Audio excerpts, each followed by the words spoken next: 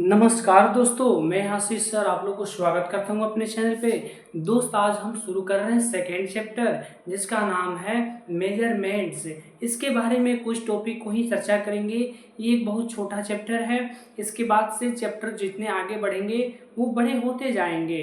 तो हम सबसे पहले आज पढ़ने वाले हैं मेजरमेंट और कुछ टूल्सों के बारे में, मापक या माप तौल, उसके उपकरण के भी बारे में कुछ पढ़ने वाले हैं दोस्त।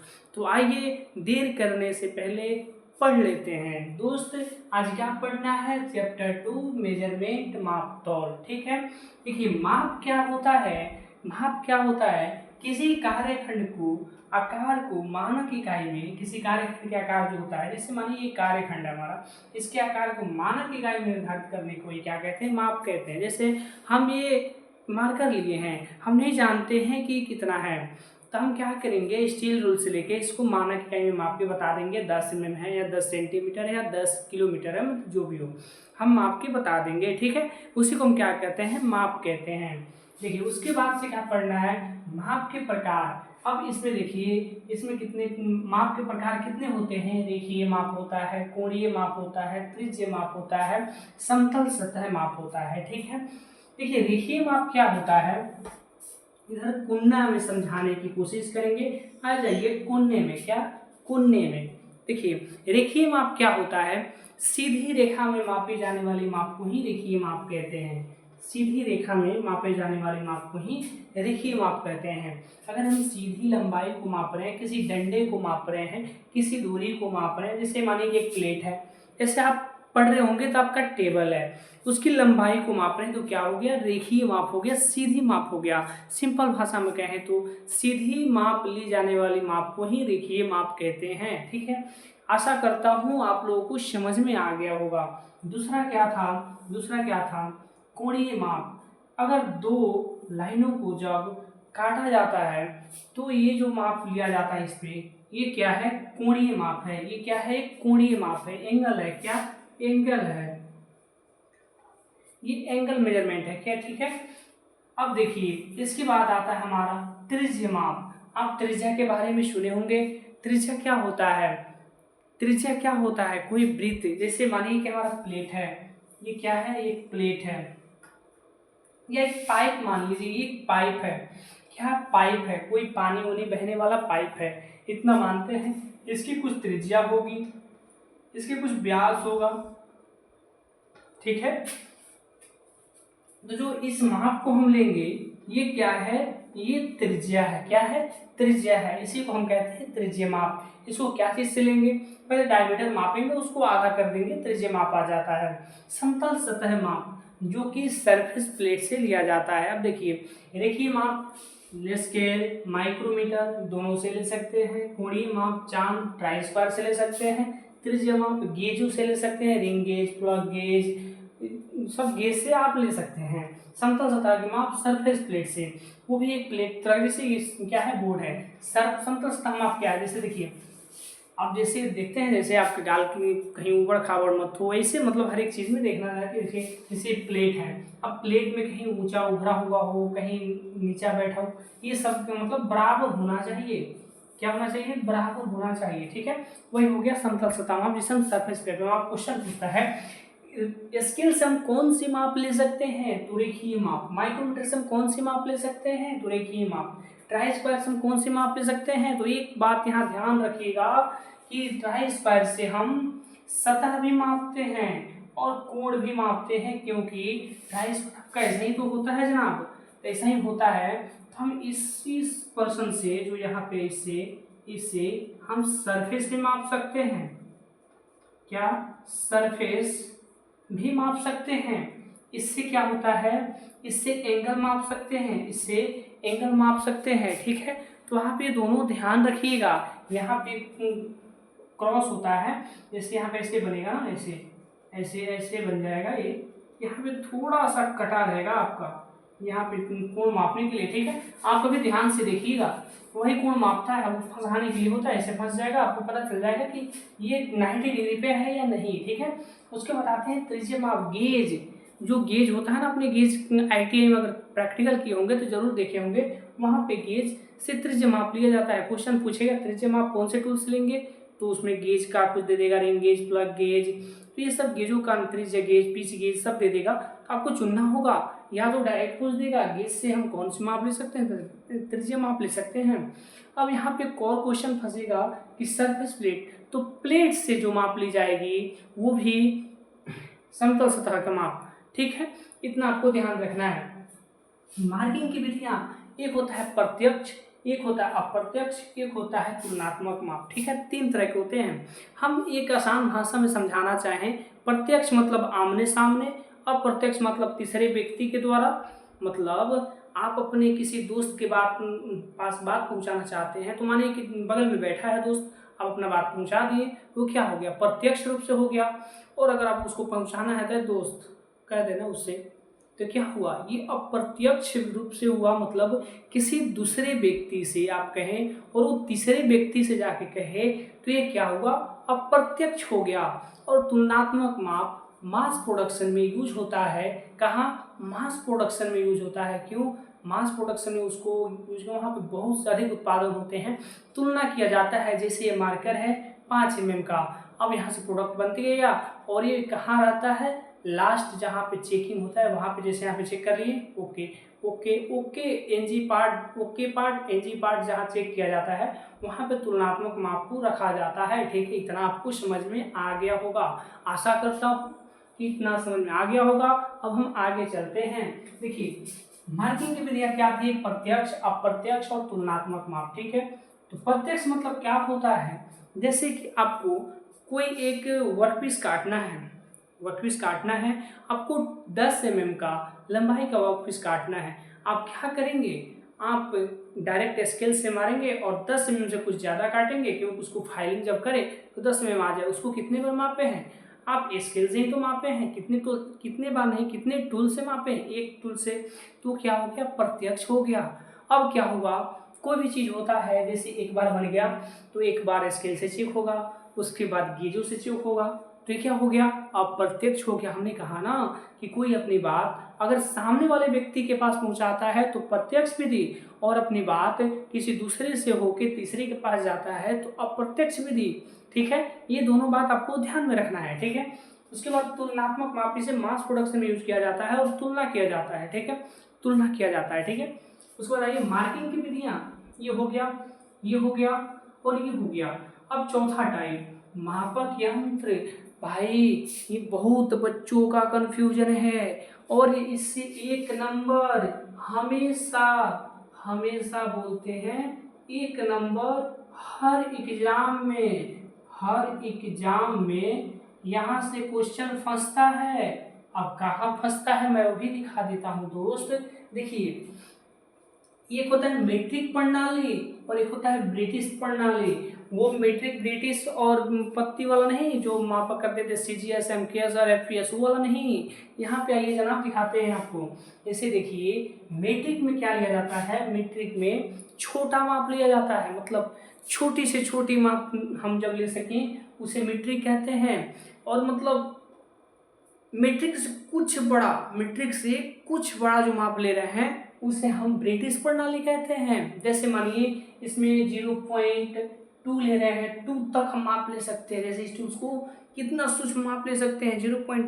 जैसे स्केल है क्या है, इसे कितना छोटा माप ले सकते हैं, 0.2 mm। अब बताइए इससे हम कितना ले सकते हैं, तो मानिए 0.5 mm। अब यहाँ पे क्या हुआ, ये बड़ा है ये छोटा है, आपको ध्यान में आना चाहिए, ये छोटा है और ये बड़ा है। तो पहले बता दे रहे हैं मीट्रिक से थोड़ा बड़ा, थोड़ा ज़्यादा नहीं, थोड़ा बड़ा अगर हो उसे हम क्या कहते हैं, ब्रिटिश प्रणाली कहते हैं। क्या, ब्रिटिश प्रणाली। इसे ध्यान रखिएगा दोस्त। यहाँ से डायरेक्ट पूछता है माइक्रोमीटर का सूक्ष्म माप कितना होता है, वर्नियर कैलिपर का सूक्ष्म माप कितना होता है, आपसे पूछ देगा स्टील रूल का सूक्ष्म माप कितना होता है।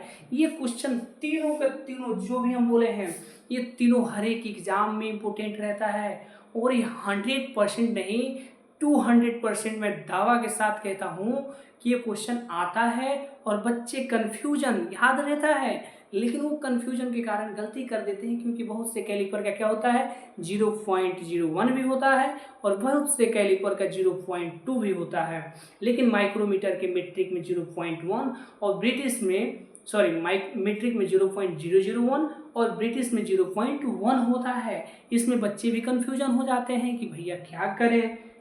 हमने बता दिया कन्फ्यूजन दूर करने के लिए क्या तरीका अपनाना है। तो मीट्रिक से ज़रा सा ऊपर उठ जाइए जनाब, मीट्रिक जो है उससे ज़रा सा ऊपर उठिएगा तो ब्रिटिश आ जाएगा। अगर दो माप दे रहे हैं जैसे 0.1 और 0.2, आपको याद है कि 0.1 और 0.001, 0.1 ये दोनों में से अब मीट्रिक क्वेश्चन आया हुआ है कि मीट्रिक किसे कहते हैं। अब इसे दे देगा 0.01, 0.01, 0.001, 0.00001 ऐसे दे देगा। तो दो ही होता है 0.1 और 0.01, यही दो होता है। आपको इसी में से ध्यान देना। मीट्रिक पूछा है कि ब्रिटिश, तो मीट्रिक छोटा, ब्रिटिश बड़ा, ब्रिटिश बड़ा, मीट्रिक छोटा, ये ध्यान रखना है दोस्त। तो इससे आपको ये क्वेश्चन पकड़ में आ जाएगा, ठीक है, और आपका वहाँ पे क्वेश्चन गलत नहीं होगा। यहाँ तक तो ध्यान आ गया। अब आते हैं सबसे अच्छा चीज और बात करने कैलिपर का, ठीक है। तो दोस्त आप लोगों ने कैलिपर के बारे में पढ़ा होगा, क्या पढ़े हैं? अभी आपने ITI में गए तो क्या पढ़े, कुछ तो सीखें। तो आज हम उससे कुछ ऊपर सीखेंगे। तो आइए सीखते हैं दोस्त, क्या सीखेंगे? कैलिपर कितने प्रकार के होते हैं? तो सीधा कहेंगे हम 3 प्रकार के, एक बाहर, एक अंदर, एक लंगड़ा। एक बाहर का माप रहा है, एक अंदर का माप रहा है, और एक क्या कर रहा है, समानांतर लाइन खींच रहा है। 3 ही शब्द बोले हैं और 3 ही को होता है। अभी वो कैलिपर वर्नियर वो सब अलग है, ये कैलिपर अलग है। यहाँ ध्यान दीजिए, अभी कैलिपर का चैप्टर ही अलग आएगा, ये कैलिपर कुछ अलग है।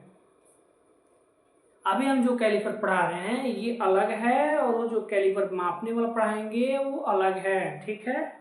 ये चेकिंग टूल्स है, वो ये मार्किंग टूल्स है और चेकिंग टूल्स है। कैलिपर 2 तरह के होते हैं, एक चेकिंग और एक मार्किंग। कैलिपर ये भी ध्यान रखना है। देखिए फीटर थ्योरी क्या है, आसान है, लेकिन बच्चों को क्यों भारी लगता है? इसमें एक एक चीज़ की ज़रूरत 2 जगह पड़ जाता है, और वो दोनों चीज़ का जो मतलब है वो अलग अलग रहता है। इससे बच्चे क्या होते हैं, कन्फ्यूजन हो जाते हैं कि अरे भैया क्या करें, हम किस में ऑप्शन में मारें, किसको दागे हम कि सही हो जाए। पता चले मार रहे हैं दुश्मन को, लग जाए दोस्त को, हो जाएगी गड़बड़। वही बात से बच्चे थोड़ा परेशान हो जाते हैं। तो आज हम दूर कर देना चाहते हैं। ये है मार्किंग और वो है चेकिंग। वर्नियर कैलिपर वो सब कैलिपर है जो वो मार्किंग, वो चेकिंग है और ये मार्किंग है। तो इसमें उसमें भी आउटसाइड होता है और इसमें भी आउटसाइड होता है, ये भी ध्यान रखिएगा मेरे दोस्त। इसमें लिस्ट काउंट नहीं होता, उसमें लिस्ट काउंट होता है। इसमें क्या है, देखिए एक होता है आउटसाइड, इनसाइड, एक होता है हर्माफ्रोडाइट।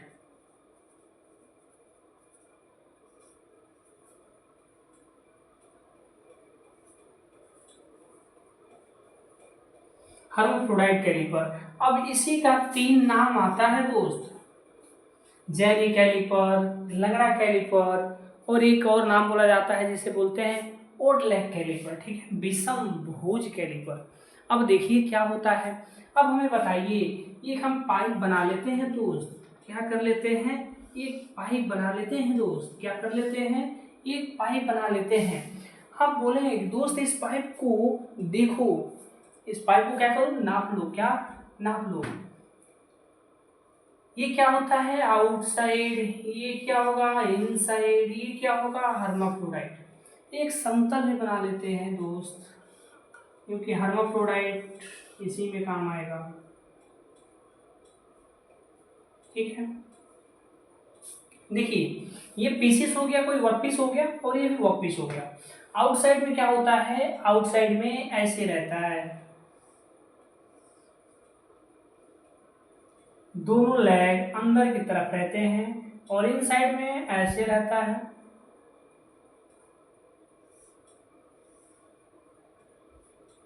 क्योंकि जब अंदर से नापेंगे तो ऐसे तो करेंगे और ऊपर से पकड़ना पड़ेगा, तो ऐसे हो गया, ये हो गया आउट और ये हो गया इन। समझ में आ गया। और जो ये होता है एक सीधा होता है और एक कैसे होता है, ऐसे होता है। ये 3 कैलिपर समझ में आ गया। इसमें स्प्रिंग लगा होता है, ठीक है। ये कैलिपर है आपका, इसमें ध्यान रखना है, ठीक है। अगर बाहरी माप आउटसाइड, आंतरिक माप इनसाइड। अरे जैसे ये क्या हो गया, ये अप्रत्यक्ष विधि में आता है। जैसे हमने कोई माप ले लिया, यहाँ पे चेक करके और यहाँ पे ले जाके देखना पड़ता है। और वो जो कैलिपर वर्नियर कैलिपर है वो डायरेक्ट इनको नाप लेगा, डायरेक्ट बता देगा कि कितना है। डायल कैलिपर, आधुनिक कैलिपर, वो सब डायरेक्ट ऐसे नापोगे बता देगा, हाँ इसका व्यास 20 mm है, ठीक है। समझ गए कि नहीं समझे? कभी बुक खोल के देखो मेरे दोस्त, इतनी आसान भाषा में 10 मिनट में चैप्टर खत्म कर रहे हैं, हाँ? आसान लगता है। इतना खत्म हो गया आपका एक चैप्टर फाइनल। अब जो जो बात बोले हैं अगर उनसे लिखा जाए तो 2 पेज लिखाएगा मेरे दोस्त। अभी यहाँ पे लिखे कम है, बोले ज़्यादा हैं। आप ध्यान दीजिएगा, यहाँ पे लिखे कम हैं और बोले ज़्यादा हैं। तो आपको इस पे ध्यान देना है कि जो जो हम बोले हैं, जो टॉपिक बोले हैं, अगर आपको कुछ धीमी लग रही हो तो वीडियो को 1.5 पे कर लो और भगा के देख लो। देखने के बाद फिर आ जाओ शुरू में और फिर एक बार देख लो, ऐसे ही याद हो जाएगा। लिखने की कहाँ कह रहा हूँ मैं, ऐसे ही देखते चलो। 15-15 मिनट में, 20-20 मिनट में एक एक टॉपिक खत्म करेंगे। चैप्टर की बात नहीं, कभी 15 मिनट एक चैप्टर खत्म नहीं होगा। टॉपिक ऐसे खत्म करेंगे, ऐसे उड़ते जाएगा और बनते जाएगा। तो आप लोग ध्यान रखें अपना, और ये प्रोटेस्ट वोटेस्ट चक्कर छोड़ दीजिए और अपना पढ़ाई कीजिए और अपना टाइम पढ़ाई में दीजिए। इन सब बातों में आप अपना टाइम मत दीजिए दोस्त, ठीक है। तो चलिए, स्वागत करता हूँ आप लोगों का। आप लोग इतना टाइम दिए, जो भी यहाँ तक पढ़े उनका अच्छा ही होगा। जो इतना तक पढ़ लिए उनका जरूर क्वेश्चन लड़ेगा, मेरा दावा है। आप इतना पढ़ लीजिए जो आप यहाँ तक पढ़े हैं, और इस चैप्टर का आप जाके प्रैक्टिस कीजिएगा दोस्त। इस चैप्टर का जाके प्रैक्टिस कीजिएगा। क्वेश्चन नहीं बनेगा ना तो कमेंट में आके गाली दे दीजिएगा, इतना का इसी कर देता हूँ, ठीक है। लेकिन अगर बन गया तो हाँ, आपके सिवा 5 आदमी और इस पे लाना पड़ेगा, बताना पड़ेगा उसको कि हाँ यहाँ पे थ्योरी का क्लास अच्छा चलता है। लाना नहीं मतलब उसको बताना पड़ेगा, हमने यहाँ से पढ़ा, अच्छा पढ़ा, और वहाँ से अच्छा पढ़ाई होता है। तो ठीक है, चलिए, ओके, बाय, थैंक्स।